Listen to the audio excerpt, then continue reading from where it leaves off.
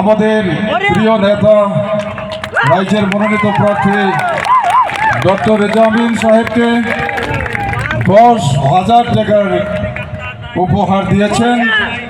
বন্ধুবর হাসমত আলী সাহেবকে আমরা জনসাধারণের তরফ থেকে অশেষ অশেষ ধন্যবাদ এবং আন্তরিক শুভেচ্ছা জ্ঞাপন করে হাসমত আলী সাহেবকে 1-2 মিনিট ভাষণ রাখার জন্য আমি সবিনয় অনুরোধ জানাচ্ছি।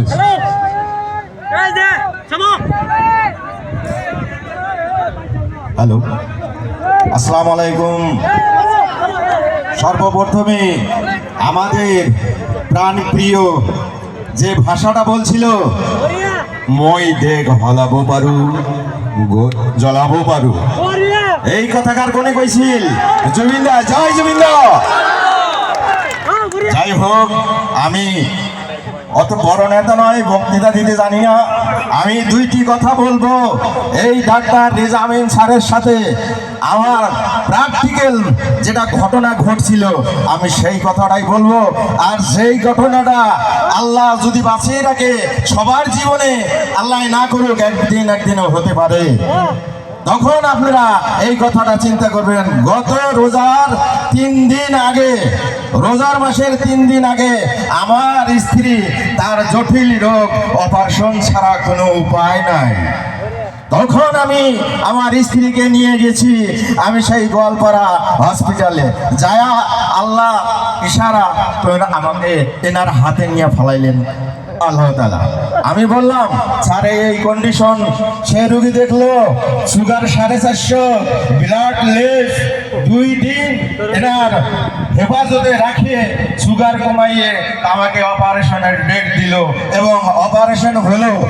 আমার কপাল ভালো, আরেকটি অপারেশন ছিল আমার টিউমার। সে টিউমার অপারেশনের শেষে দেখা গেল চেক আপ করবো, চেক আপ করার পরে আরো একটি অপারেশন হয়ে বাড়িয়ে গেছে, সেটা হলো অ্যাপেন্ডিক্স।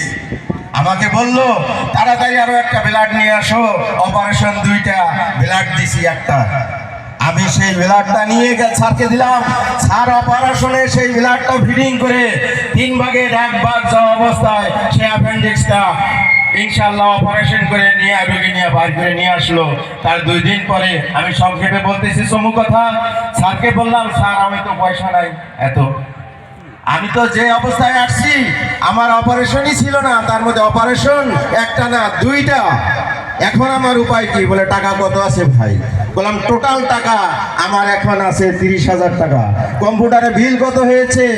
আমার মেডিসিনের বিল বাদে কম্পিউটারে বিল বানিয়েছে 56,000 টাকা। তখন এই স্যার, আমি সামনাসামনি বলতেছি, আপনারা জিজ্ঞাসা করেন, আপনি আমাকে বললো তোমার কাছে 30,000 টাকা, তার 5,000 টাকা নিয়ে তোমার যাইতে হবে ভাগতে, কারণ এই রোগী অ্যাম্বুলেন্স ছাড়া যাইতে পারবে না।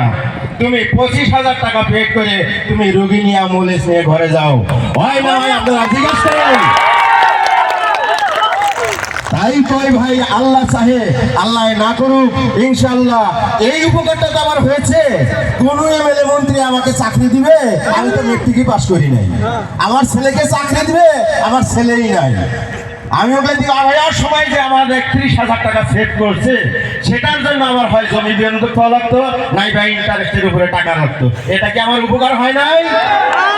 এই উপকার কি জানি একদিন না একদিন আপনাদেরও হইতে পারে। দাদা গো, এই যে জায়গায় মিটিং করতেছি, আসি কোথায়? বলে যে এইবার ইলেকশনে আমরা নদী প্রোটেকশন করবো। এইবার করে তো আমরা 25টা বছর মন্ত্রী এবং এমএলএ 3টার আমাদেরকে দক্ষিণে সরতে আমাদের দক্ষিণে এখন আর দক্ষিণ নাই। দক্ষিণে আমাদের এই উলুকটা যখন শেষ হবে, তখন আমাদের বাসা হবে ছাত্রা মাথায় নৌকার উপরে নদীতে, ব্রহ্মপুত্রতে। তাই বলেন, আজকে যদি মেঘালয়ের নাগার বাঁধ দেওয়ার জন্য কেমন করে জানলো যে আমার মেঘালয় ভাঙবে, নাগার বাঁধ দিতে হবে। আজ থেকে 20 বছর আগে একটা নাগার বাঁধে টুমনি, শালমারা, সাইখাওয়া, লাইলি বাজার, হাজিরহাট, পাটাকাটা, সুকসার পর্যন্ত নদী কন্ট্রোল। আমাদের অজয় চৌধুরী সব মেয়ে নয়, নাই পারলো। মিনিস্টার যখন ছিল তখন কি বড়বিটা থেকে একটা নাগার বাঁধ দিতে পারে নাই? যদি একটা নাগার বাঁধ দিত, হাজার মাটি আজকে ব্রহ্মপুত্র মাটিতে যাইত থাকতো না, আমরা যাবো কোথায়? আজকে 10 টাকা 20 টাকা 50 টাকা নিয়ে ভোট দিলাম, তারপরে আর আমাদের সমষ্টির নাম কি গো? জরুয়া সিং। ফকিরগঞ্জের কোনো নাম আছে? এইবার আমরা বলতেছে লাস্ট বারের মতো একবার যেন, আমার তো বয়স শেষ, বয়সও শেষ, আমাদের ধানমারা ফকিরগঞ্জ সমষ্টিও শেষ। তাহলে হামিদাবাদ স্কুল, ফকিরগঞ্জ থানা এবং হসপিটাল, তারপরে বলো জরুয়া সিংয়ের এই সমস্ত জিনিস কেন ফকিরগঞ্জ থাকবে? পানি আছে নৌকার মধ্যে, টোপলা বান্ধা উঠাও, চরের মধ্যে নিয়ে এগুলো বানাও। আমরা সর্বহারা হবো ভাই, কথার কোনো শেষ নাই।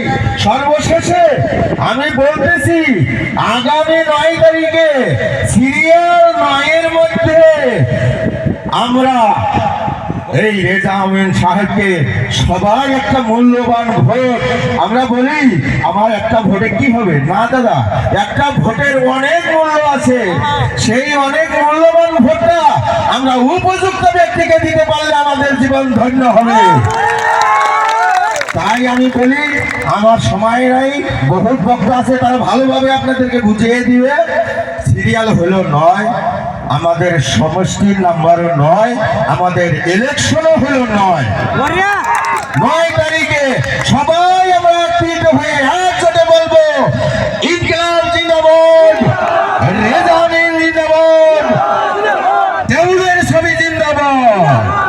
আসসালামু আলাইকুম। ভুল ত্রুটি মার্জনা করবেন।